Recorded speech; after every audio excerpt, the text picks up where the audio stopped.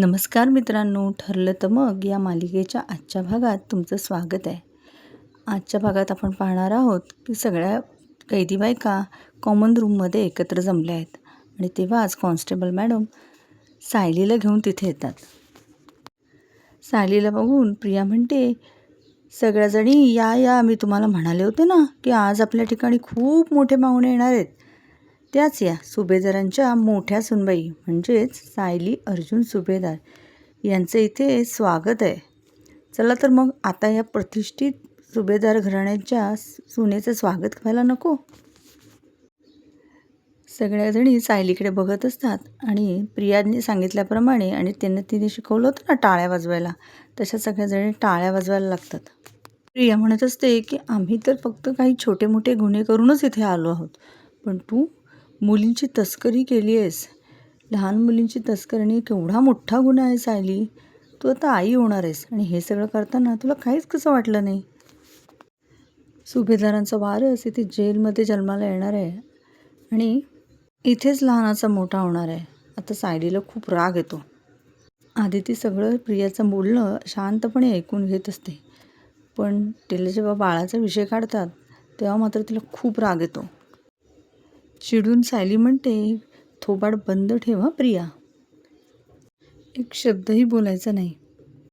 सायलीचं बोलणं ऐकून प्रिया शांत उभी राहते आणि बाकी कैदी बायकासुद्धा एकदम शांत राहतात. दुसरीकडे अर्जुन आणि चैतन्य इन्स्पेक्टर सावंतांना भेटायला आलेले असतात. अर्जुन इन्स्पेक्टर सावंतांना म्हणत असतो, प्लीज तुम्हाला जे जे काही या केसबद्दल माहीत असेल ते सगळं मला सांगा. नक्की माझ्या बायकोला या सगळ्यामध्ये कोणी अडकवलं आहे, कोणी हे सगळं केलं आहे, कंप्लेंट नक्की कोणी केली आणि आश्रमातल्या मुली ज्या गायब झाल्या आहेत ते मिळाल्यात का, त्या मुलींपैकी कोणी माझ्या बायकोचं नाव घेतलं आहे का, माझ्या बायकोवर फॉक्सो का लावला आहे, तिने असं काय केलं आहे ज्यामुळे तिच्यावर एवढा मोठा कायदा लावण्यात आला आहे. आणि मला नाही वाटत की ज्या मुली हरवल्या आहेत त्यापैकी कोणी 18 वर्षांपैकी कमी वयाची असेल. इन्स्पेक्टर सावंत म्हणतात की मला काही माहिती मिळाली आहे. इन्स्पेक्टर निकम यांना काही तासांपूर्वीच त्यांच्या खबऱ्यांकडून ही माहिती मिळाली होती. त्यांना जे लोकेशन सांगण्यात आलं त्यावरून त्यांना असं कळलं की त्या ठिकाणी एक माणूस आणि एक मुलगी राहत आहे आणि त्या मुलीच्या बाबतीत खूप विचित्र गोष्टी घडत आहेत, चुकीच्या गोष्टी घडत आहेत. आणि ज्यावेळी इन्स्पेक्टर निकम यांनी तिथे धाड टाकली तर तिथे कोणीच नव्हतं. तिथे फक्त रिकामा फ्लॅट होता 2 रूमचा. म्हणजे जवळजवळ असं म्हणता येईल की चालू कन्स्ट्रक्शन आहे आणि खूप जुनं कन्स्ट्रक्शन आहे, परंतु ते आता काम थांबलेलं आहे. अर्जुन म्हणतो की ती मुलगी कोण होती. त्यावेळी इन्स्पेक्टर सावंत म्हणतात की ज्यावेळी इन्स्पेक्टर निकम यांनी त्या ठिकाणी धाड टाकली तर त्यावेळीचं दृश्य इथे दाखवलेलं आहे. इन्स्पेक्टर सावंत अर्जुनला सांगू लागतात, सोनलला तिथून बांधून ठेवलेलं असतं आणि तिच्यासोबत एक माणूसही त्या ठिकाणी असतो आणि तो माणूस म्हणजेच आश्रमात आलेला सुरेश कदम. आता ह्या गोष्टी ज्यावेळी इन्स्पेक्टर निकम यांना दिसतात तर त्यावेळी ते हवालदार मॅडमना म्हणतात की हिला आता घेऊन जावं लागेल इथून आणि हिची मेडिकल टेस्ट करावी लागेल. इथे जर काही सामान मिळालं तर तेही जप्त करावं लागेल. त्या ठिकाणी बरेच कॅमेरे वगैरे असतात. त्यावेळी हवालदार साहेबांना इन्स्पेक्टर निकम म्हणतात की या सगळ्याचीच आता फॉरेन्सिक रिपोर्ट करावे लागतील आणि याचीसुद्धा मेडिकल टेस्ट करावी लागेल असं त्या माणसाकडे बघून निकम म्हणतात. इन्स्पेक्टर सुरेश कदम यांना ताब्यात घेतात आणि म्हणतात, बोल काय केलंस या मुलीसोबत. आता हा घडलेला सर्व प्रकार ज्यावेळी इन्स्पेक्टर सावंत अर्जुनला सांगतात त्यावेळी अर्जुन म्हणतो, म्हणजे तो माणूस सुरेश कदम म्हणजे सोनलचा काका तर. त्यावेळी इन्स्पेक्टर सावंत म्हणतात, हो, तो सोनलचा काका वगैरे कोणीच नाही आहे, तो एक फ्रॉड माणूस आहे. आता मात्र अर्जुनला धक्का बसतो. अर्जुन म्हणतो, आता काय. तर इन्स्पेक्टर सावंत म्हणतात की हो, आणि त्या दिवशी आपण घाईघाईमध्ये जे पेपर चेक केले होते ना ते पेपरसुद्धा फ्रॉडच आहेत. तर चैतन्य म्हणतो की याचा अर्थ सोनल तिच्या आई बाबांपर्यंत कधी पोहोचलीच नाही. तर इन्स्पेक्टर सावंत म्हणतात की हो, अगदी खरं आहे. आपण जे पेपर तपासले होते आणि ज्या माणसाच्या हातात सोनलला दिलं होतं तर दोन्ही गोष्टी खोट्या होत्या. तर इन्स्पेक्टर सावंत म्हणतात की इन्स्पेक्टर निकम यांनी ज्यावेळी सुरेशची चौकशी केली, त्याला ताब्यात घेतलं, त्यावेळी बऱ्याच गोष्टी समोर आल्यात. इन्स्पेक्टर निकम सुरेशच्या कानाखाली मारतानाचा आता सीन दाखवला आहे आणि म्हणतात, बोल पटापट सांगायचं. तू जिथे आम्हाला सापडलास तिथे नक्की काय चाललं होतं? तिथे एक मुलगी होती की अजून मुलींना दाबून ठेवलं होतं? तुझा आणि त्या मुलींचा संबंध काय? सगळी काही खरं सांगायचं. नाहीतर तू मुलीच्या ठिकाणी म्हणजे ज्या ठिकाणी मुलीला डांबलं होतं त्या ठिकाणी तू सापडलास म्हणून आम्ही तुला सुद्धा जेलमध्ये टाकू. तर सुरेश म्हणतो, नाही मी काही केलं नाही आहे साहेब, मी फक्त त्या पोरीवर लक्ष ठेवत होतो. सुरेश आता खोटी साक्ष देत असतो. इन्स्पेक्टर निकम म्हणतात, म्हणजे नक्की काय घडलं आहे? सगळं काही सविस्तरपणे सांग. मग तू इथे काय करत होतास? आणि मला एक सांग, तुला कोणी बांधून ठेवलं होतं? तर सुरेश म्हणतो, तिथे काही लोक येतात पोरींना घेऊन जाण्यासाठी आणि ते लोक मला पैसे देतात. त्या माणसांनी मला बांधून ठेवलं. तर इन्स्पेक्टर निकम विचारतात, कोण आहेत ते? पटापट बोल. आता तर सुरेश खोटं बोलत असतो. मला तिथे त्यांनी बांधून ठेवलं होतं कारण मी त्यांच्याकडे पैसे मागितले होते. त्यांना मी म्हणालो, तुम्ही जर माझे पैसे नाही दिले तर मी सगळा प्रकार पोलिसांना सांगेन आणि पोलिसांना तुमची नावं सांगेन आणि म्हणूनच त्यांनी परत मला तिथेसुद्धा बांधून ठेवलं. तर इन्स्पेक्टर निकम म्हणतात, अरे पण ते कोण आहे ते? त्यांची नावं मला कळायलाच हवीत. त्या मुलींना तिथे कोणी घेऊन यायचं? त्यावेळेस सुरेश खोटी साक्ष देत म्हणतो की सायली सुभेदार. आता हे नाव ऐकून मात्र इन्स्पेक्टर निकम यांना धक्का बसतो, कारण यावर इन्स्पेक्टर निकम यांचा अजिबातच विश्वास नसतो. इन्स्पेक्टर निकम म्हणतात, त्या अर्जुन सुभेदाराची बायको तर आत्ताच इथे. सुरेश म्हणतो की हो साहेब, अगदी खरं आहे. त्यांचीच बायको म्हणजे सायली सुभेदार आणि तिच्यासोबत अजून एक माणूस आहे. ते दोघे मिळून हे सगळे काही रॅकेट चालवतात. ते दोघं मिळून मुलींची तस्करी करतात. त्यांचे घाणेरडे व्हिडिओ बनवतात. हे व्हिडिओ विकून सायली सुभेदार बक्कळ पैसा कमवतात. आता मात्र इन्स्पेक्टर निकम यांचा पारा चढतो. इन्स्पेक्टर निकम सुरेशच्या कानाखाली मारतात आणि म्हणतात, तू कुणाबद्दल काय बोलतोयस हे कळतंय का तुला? तर सुरेश त्याला प्रियाने पडवल्याप्रमाणे खोटं बोलतच असतो की हो साहेब, मी जे काही बोलतोय ते अगदी खरं आहे. मी खरं बोलत आहे. मी सायली सुभेदारसाठीच काम करत होतो. आत्तापर्यंत आम्ही सायली सुभेदार यांच्याच सांगण्यावरून त्यांच्या मदतीने 6 मुलींना गायब केलं आहे आणि आम्ही जिथे काम करत होतो ती जागासुद्धा सायली सुभेदार यांच्या नावानेच आहे. तर इन्स्पेक्टर निकम म्हणतात, खोटं बोलू नकोस. तर सुरेश म्हणतो, हवं तर तुम्ही चेक करा, तुम्हाला कळेल की ती जागा सायली सुभेदार यांच्याच नावाने आहे. इन्स्पेक्टर निकम म्हणतात की तू 6 मुली गायब केल्यास असं म्हणतोस, बाकीच्या 5 मुली कुठे आहेत? तर त्यावेळी सुरेश म्हणतो, बाकीच्या 5 मुलींना तो माणूस घेऊन गेला आहे. ते इन्स्पेक्टर निकम म्हणतात, कुठे घेऊन गेला आहे? सगळं काही आम्हाला कळायलाच हवं. सुरेश म्हणतो की त्या माणसांनी सोनलवर अत्याचारसुद्धा केले. त्याचे व्हिडिओसुद्धा आहेत माझ्या मोबाईलमध्ये. सायली मॅडमने केलेले कॉल, त्यांचे व्हिडिओ आणि सायली मॅडम मला भेटायला आलेला ती जागा, या सगळ्याचे फोटो देखील आहेत. असं म्हणून सुरेश अगदी सगळ्यात तयारीनिशी तिथे आलेला असतो. सुरेशला आता सचिन, राकेश, प्रिया यांनी चांगलं पढवून पाठवलेलं असतं. खरं तर इन्स्पेक्टर निकम यांना या सगळ्या गोष्टींचा धक्का बसलेला असतो, परंतु सुरेशने दिलेले पुरावे यांच्यामुळे त्यांनाही या गोष्टींवर विश्वास ठेवावा लागतो. आता इन्स्पेक्टर सावंत हे सगळं काही सांगतात. अर्जुन खूप चिडतो आणि म्हणू लागतो, हे साफ खोटं बोलतोय तो माणूस, कारण आत्तापर्यंत माझ्या बायकोच्या नावावर असली कुठली जागाच नाही आहे. आता तर रविराज किल्लेदार यांच्या प्रॉपर्टीसाठी त्यांनी आत्ता कुठे सह्या केल्या आहेत आणि आय एम शुअर ही माझी बायको कुठल्याच ठिकाणी कोणाला भेटायला गेली नाही आहे. तो माणूस सगळं काही खोटं बोलतो आहे. आता अर्जुन म्हणतो, पण त्या ठिकाणी सोनल सापडली ना, तिने तर साक्ष दिलीच असेल. तर इन्स्पेक्टर निकम म्हणतात, हो तिने साक्ष दिली आणि ती म्हणाली की सुरेशसोबत सायली सुभेदार यांना मी बोलताना ऐकलं आहे. आता मात्र अर्जुनला धक्का बसतो. अर्जुन म्हणतो, काय? शक्यच नाही, सोनल अशी साक्ष देणारच नाही. नक्कीच काहीतरी वेगळं प्रकरण आहे. तर चैतन्य म्हणतो, पण मला एक सांगा, सायली वहिनीवर फॉक्सो का लागला आहे? तर त्यावेळी इन्स्पेक्टर सावंत म्हणतात, सुरेश यांनी. अर्जुन सर, हे मलाही माहीत आहे, मीही समजू शकतो, परंतु आता सायली वहिनींच्या विरोधात इन्स्पेक्टर निकम यांच्याकडे बरेचसे पुरावे आहेत. असंख्य पुरावे आहेत की जे सगळे सायली सुभेदार यांच्याच विरोधात जात आहेत आणि सायली मॅमच्या सगळ्या विरोधात पुरावे असल्यामुळे आपण काहीच करू शकत नाही. अर्जुन सर, हे प्रकरण दिसतं तितकं सोपं नाही आहे. हे सगळं काही खूपच अवघड आहे. इन्स्पेक्टर निकम यांनी सायली मॅमच्या विरोधात असंख्य पुरावे मिळालेत की ज्यामुळे सायली मॅमना अटक झाली आहे. आता अर्जुनला या सगळ्याच गोष्टींचा अंदाज आलेला असतो. अर्जुन म्हणतो, कोणीतरी माझ्या बायकोला या सगळ्यामध्ये अडकवण्याचा प्रयत्न करते आणि ते कोण आहेत हे सुरेश आणि सोनल यांना माहीत असणार आहे. काही झालं तर या सगळ्याचा आता शोध घ्यावाच लागेल.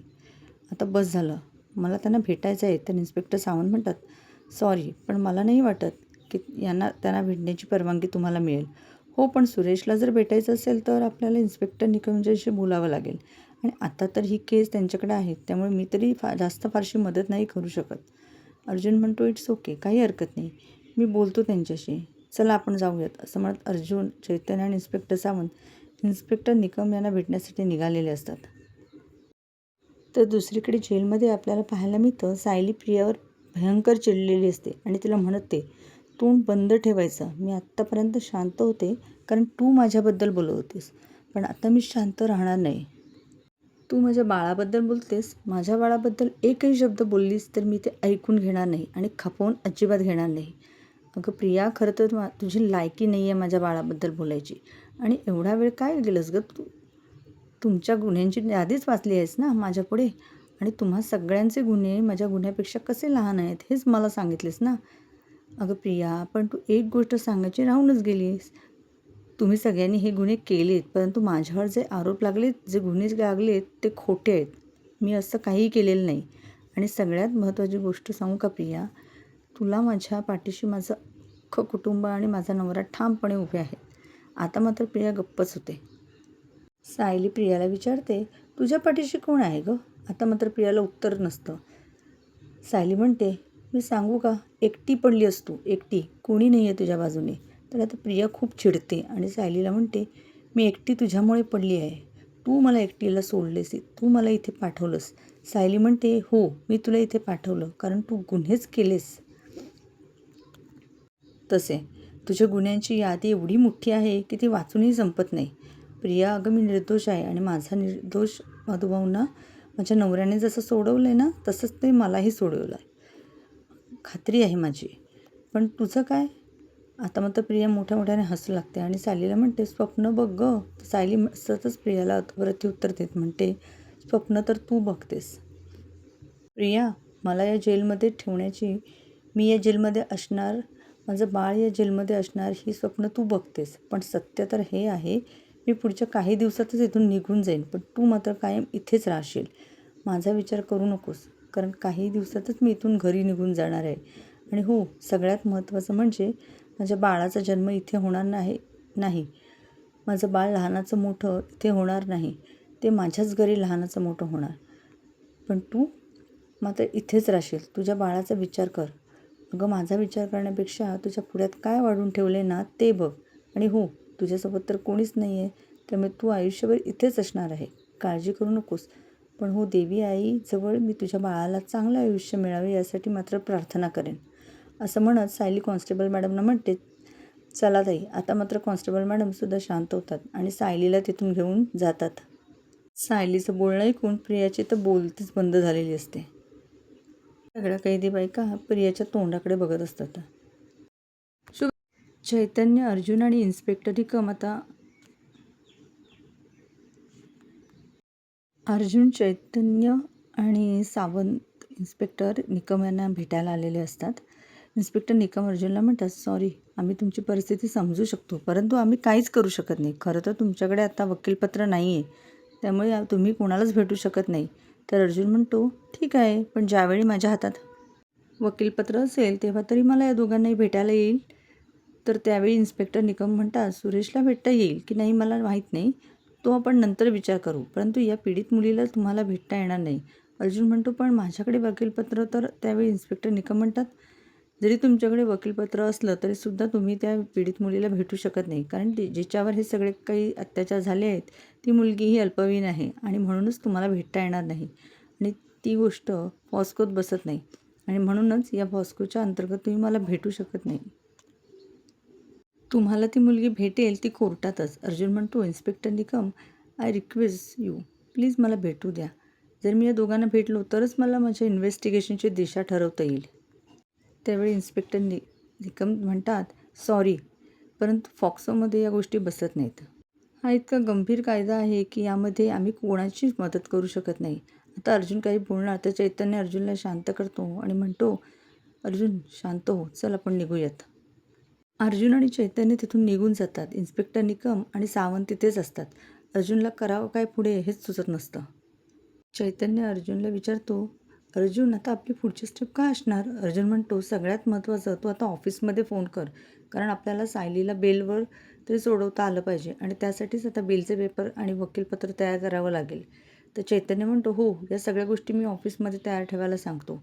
अर्जुन म्हणतो, आणि सगळ्यात महत्त्वाची गोष्ट म्हणजे आता आपल्याला त्या सुरेशला गाठायला हवं. चैतन्य म्हणतो, काय रे, आत्ताच आपल्याला इन्स्पेक्टर निकम म्हणाले ना की दोन्ही व्यक्तींना तू भेटू शकत नाहीस.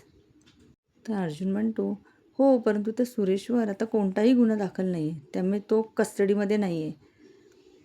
तो आता त्याच्या घरी असेल, त्यामुळे आता त्याचा पत्ता शोधून काढायला हवा. तर चैतन्य अर्जुनला समजावत म्हणतो, पण अर्जुन, हे कसं शक्य आहे? इन्स्पेक्टर सावंत अगोदरच आपल्याला कोऑपरेट करत आहेत. आता इन्स्पेक्टर निकम यांच्या विरोधात जाऊन ते आपल्याला एवढी मोठी मदत नाही करू शकत. अर्जुन म्हणतो, इन्स्पेक्टर सावंत यांनी जर तो पत्ता आपल्याला नाही दिला तर तो पत्ता शोधण्यासाठी आपल्याला अवघड आहे का? नाही ना. काही करून आता तो पत्ता आपल्याला शोधायचा आहे आणि आता त्या ठिकाणी आपल्याला जायचं आहे आणि त्या ठिकाणी गेल्यानंतरच काय करायचं आहे हे मी तुला पुढे सांगेन. आता चैतन्य घाबरलेला असतो. अर्जुन चैतन्याला म्हणतो, तू रिलॅक्स हो. तर दोघेही सुरेशला शोधण्यासाठी निघालेले असतात.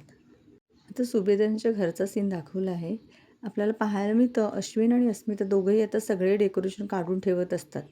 तर इकडे मधुभाऊंना खूप वाईट वाटत असतं. सगळ्यांना सायलीची काळजी वाटत असते. मधुभाऊ संपूर्ण सुभेदार कुटुंबासमोर हात जोडतात आणि म्हणू लागतात, मला सर्वजण माफ करा.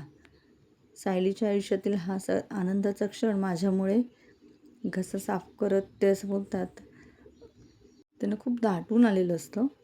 हा आनंदाचा क्षण माझ्यामुळे दुःखाचा होऊन बसला आहे. या सगळ्यात मीच कारणीभूत आहे. तर कल्पनाताई म्हणतात, अहो मधुभाऊ, या सगळ्याला तुम्ही स्वतःला दोष का देताय? अस्मिता म्हणते, आत्ता कुठे ती प्रिया आमच्या आयुष्यातून गेली होती. घरात सगळं चांगलं सुरू होतं, परंतु प्रियाची दृष्ट लागली असणार. प्रतापराव म्हणतात, पण हे सगळं काही कुणीतरी मुद्दामून करतं एवढं मात्र नक्की. पण मला एक गोष्ट कळत नाही आहे की सायली आणि अर्जुनला त्रास देणारी सगळी माणसं जर जेलमध्ये आहेत, मग हे सगळं करतंय कोण? तर अश्विन म्हणतो, मला 100% खात्री आहे की या सगळ्यात प्रियाचाच हात आहे. हे सगळं काही प्रिया घडवून आणते. तर अस्मिता म्हणते, पण हे कसं शक्य आहे? ती तर जेलमध्ये, ती जेलमध्ये राहून हे सगळं काही करू शकते का? तर अश्विन म्हणतो, अस्मिताई, अगं ती किती पाताळ यंत्री बाई आहे हे तुला माहीत नाही आहे का? ती जेलमध्ये राहून या सगळ्या गोष्टी नक्कीच हँडल करू शकते. आणि जरी ती आत असली तरी तो महिपत बाहेर आहेच. मग कशावरून तो सुधारला आहे? कशावरून तो चांगला माणूस बनला आहे? या प्रियानेच त्याला हाताशी धरून हे सगळं काही केलं आहे नसेल, कशावरून? तर हे सगळं ऐकल्यानंतर श्वेताला खूप राग येत असतो. तर प्रतिमा आत्या म्हणतात, या सगळ्या जर तरच्या गोष्टी आहेत, त्या सोडून द्या. आता सगळ्यात महत्त्वाचं आहे ते म्हणजे सायली सुटणं. सायलीला सोडून घरी आणणं हे आपल्याला खूप महत्त्वाचं आहे. श्वेता मनाशीच म्हणत असते, हा सगळा विषय प्रिया किंवा महिपतपर्यंत पोचायला नको, नाहीतर या सगळ्यांच्या लक्षात येईल की प्रियाने काय काय केलं आहे. आता श्वेता नाटक करत म्हणते, श्वेता यावर नाटक करत म्हणते की आता या सगळ्या विषयावर बोलण्यात काहीच अर्थ नाही आहे. तसेही या सगळ्यावर बोलून आता काय फायदा? आपण सगळ्यांनीच मिळून आता या वेगळा विचार करूयात. असं म्हणून ती टी व्ही लावते. टी व्हीवर बातम्या सुरू असतात. तर कल्पनाताई म्हणतात, प्रतिमा आत्या म्हणतात, श्वेता टी व्ही बंद कर. तर श्वेता नाटक करत म्हणते, आत्या, आपल्या सगळ्यांनाच मन कुठेतरी रमवायला हवं ना. आता श्वेताने नकळतच मुद्दाम होऊन दुसरा न्यूज चॅनल लावलेला असतो, ज्यामध्ये सायलीबद्दलची सगळीकडे बातमी लागलेली असते. न्यूज चॅनलवर फक्त सायलीचा विषय असतो. तर आता न्यूजची काही माणसं सायलीच्या घराच्या आसपास आलेली असतात आणि तिथे ते सगळ्यांकडे चौकशी करत असतात, इंटरव्ह्यू घेत असतात आणि विचारतात की सुभेदार कुटुंबामध्ये हे सगळं काही शिजत होतं, याबद्दल शेजारी असल्यामुळे तुम्हाला काही माहीत होतं का? तर तेथील माणसं म्हणतात, नाही, आम्हाला तर यातलं काहीच माहीत नाही. तर दुसरी बाई म्हणते, खरंच आम्ही जे ऐकलं ते खूपच भयंकर आहे. सायली लहान मुलांची तस्करी करत होती, किती साधी दिसते ती. पण हे श्रीमंत घरातली माणसं ना अशीच असतात. आता मात्र श्वेताने मुद्दामून बातम्या लावलेल्या असतात आणि सगळ्यांनाच त्रास देण्याचा प्रयत्न करत असते. सगळ्या बातम्या ऐकल्यानंतर घरातल्या सर्वांनाच धक्का बसतो. ते म्हणतात, माझ्या सायलीने असं काहीही केलेलं नाही आहे. माझी सायली अशी नाही आहे. मला हे ऐकवत नाही आहे. प्लीज बंद कर T V. Shweta T V बंद करत नसते. अस्मिता तिच्या हातातील रिमोट हिसकावून घेते आणि लगेच टी व्ही बंद करते. तर प्रतापराव कल्पनाताईंना म्हणतात, कल्पना, तू शांत हो. तर श्वेता नाटक करत म्हणते, सॉरी, मला तो न्यूज चॅनल लावायचा नव्हता. तर अस्मिता म्हणते, ठीक आहे, जे झालं आहे ते झालं आहे. जा आणि आता स्मितकडे लक्ष दे. स्मित उठला असेल, तू त्याच्याकडे लक्ष दे आणि कोणीही प्लीज न्यूज लावू नका किंवा मोबाईलमध्ये सुद्धा न्यूज बघू नका. तर कल्पनाताई म्हणतात, अहो प्लीज अर्जुनला फोन लावा ना. अर्जुन कुठे आहे? ते घरी कधी येणार बघा ना. आणि त्याला विचारा ना माझी सायली कशी आहे. घरातील प्रत्येकाला सायलीची काळजी वाटत असते. अर्जुन आणि चैतन्याने सुरेशचा ॲड्रेस शोधून काढलेला असतो आणि त्या ठिकाणी ते दोघेही पोहोचतात. तर आता चैतन्य अर्जुनला समजावत असतो, अर्जुन मला असं वाटतं की आपण एवढी मोठी रिस्क नको घ्यायला. अगोदरच आपली केस इतकी अवघड आहे आणि जर आता आपण असं काहीतरी केलं तर त्यापेक्षाही अवघड होऊन बसेल. तर अर्जुन म्हणतो, नाही असं काही होणार नाही. परंतु हे सगळं करणं आपल्यासाठी खूप महत्त्वाचं आहे. त्यासाठीच आपल्याला ही रिस्क घ्यावी लागेल. सुरेश सायलीच्या बाबतीत खोटं का बोलला? त्याने हे सगळं का केलं? या सगळ्याचा शोध आपल्याला घ्यावाच लागेल. आपल्याला कळलंच पाहिजे हे सगळं काही तो कोणासाठी करतोय, कोणाच्या सांगण्यावरून करतोय आणि हे कोणी त्याला करायला सांगितलं, हे सगळं काही कळायला हवं. तर चैतन्य म्हणतो, अरे पण अर्जुन? तर अर्जुन म्हणतो, हो मला ही रिस्क घ्यावीच लागेल, कारण माझ्या बायकोला फॉस्कोच्या कायद्याखाली अटक झाली आहे आणि असं सगळं असताना मी शांत बसायचं आहे का? नाही, मी शांत बसू शकत नाही. मला हे करावंच लागेल. तर चैतन्य अर्जुनला म्हणतो, अर्जुन मी असं म्हणतच नाही आहे की आपण गप्प बसूयात. तर अर्जुन म्हणतो, मग? तर आता चैतन्य अर्जुनची बाजू समजून घेत अर्जुनला म्हणतो, ठीक आहे, काही हरकत नाही, आपण ही रिस्क घेऊयात. अर्जुन चैतन्याला म्हणतो, ग्रेट. आता तुला पुढे काय करायचं आहे हे तर माहीतच आहे. Video call. चैतन्य म्हणतो, हो. असं म्हणत आता चैतन्य त्या दिशेने निघालेला असतो आणि त्याने अर्जुनच्या व्हिडिओ कॉल सुरू केलेला असतो. आता अर्जुन व्हिडिओ कॉलवर ते जे पाहत असतो. आता चैतन्य त्या वस्तीपर्यंत पोहोचलेला असतो जिथे सुरेश राहतो आणि वस्तीबाहेर काही मुलं उभी असतात. त्या माणसांना चैतन्य जाऊन विचारतो की सुरेश कदम कुठे राहतात? तर त्यावेळी त्यांना सुरेश कदम कुठे राहतात हे इशाऱ्यानेच दाखवतो माणूस. चैतन्य म्हणतो, बरं ठीक आहे. आता चैतन्य म्हणतो, तिकडे का? तर तो माणूस म्हणतो, हो. चैतन्य पाहतो तिथे पोलिसांचा पहारा असतो. चैतन्य त्यांना म्हणतो, बरं ठीक आहे, थँक्यू. असं म्हणत आता चैतन्य सुरेश कदम यांच्या खोलीपाशी गेलेला असतो. परंतु त्यावेळी तो अर्जुनला म्हणतो, अर्जुन इथे तर 2 कॉन्स्टेबल उभे आहेत. तर अर्जुन म्हणतो, ठीक, काही हरकत नाही. सुरेशचा चेहरा मला नीट आठवतोय, पण तुला माहीत नाही आहे, त्यामुळे तू तिथे जायचं आहे आणि सुरेश कदम आहेत का एवढंच विचारायचं आहे. तर चैतन्य म्हणतो, अर्जुन? तेव्हा अर्जुन म्हणतो, हो आपल्याला हे करावंच लागणार आहे. मला तो बाहेर आल्यावर कळेलच की तो सुरेश कदम आहे की नाही. आणि हो चैतन्य, मी कॉल कट केला की तू समजून जा की तोच सुरेश कदम आहे. चैतन्य म्हणतो, बरं ठीक आहे. आता चैतन्य तिथे जातो आणि म्हणतो, सुरेश कदम आहेत का? त्यावेळी तो कॉन्स्टेबल म्हणतात की हो, पण तुम्ही भेटू शकत नाही. चैतन्य म्हणतो, प्लीज मला भेटावं लागेल, कारण माझ्या मित्रांना भेटण्यासाठी मी आलो आहे आणि खूप महत्त्वाचं काम आहे. प्लीज बघा ना. तर कॉन्स्टेबल म्हणतात, काही हरकत नाही, पण तुम्हाला आमच्या समोरच बोलावं लागेल. चैतन्य म्हणतो, हो काही हरकत नाही. आता कॉन्स्टेबल सुरेश कदम यांना बाहेर बोलावून घेतात. सुरेश कदम बाहेर येताच अर्जुन त्यांचा चेहरा पाहतो आणि अर्जुनला धक्काच बसतो, कारण अर्जुनने आता हा चेहरा ओळखलेला असतो. अर्जुनच्या लक्षात येतं की हा वात्सल्य आश्रममध्ये आलेला सोनलचा काका म्हणजे सुरेश कदम आहे. ला वात्सल्य आश्रमातील ते क्षण आठवतात. तो माणूस बोलत असतो की मी सुरेश कदम आणि माझा भाऊ रमेश कदम त्यांचीच मुलगी आहे सोनल.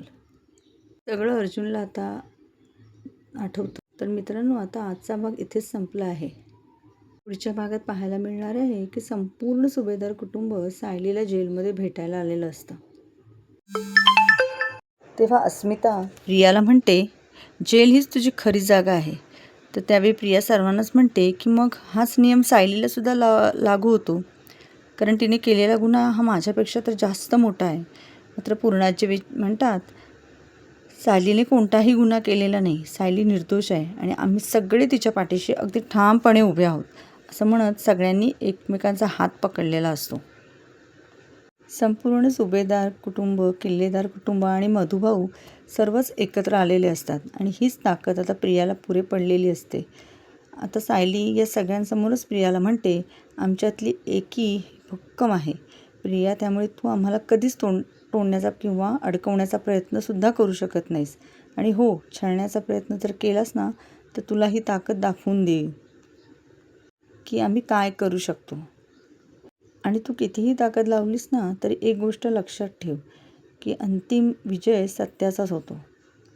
आता अर्जुन सायलीला या सगळ्या प्रकरणातून कसं सोडवून बाहेर काढतो हे पाहणं खूपच रंजक होणार आहे. तेव्हा पाहत राहा. ठरलं तर मग बाय.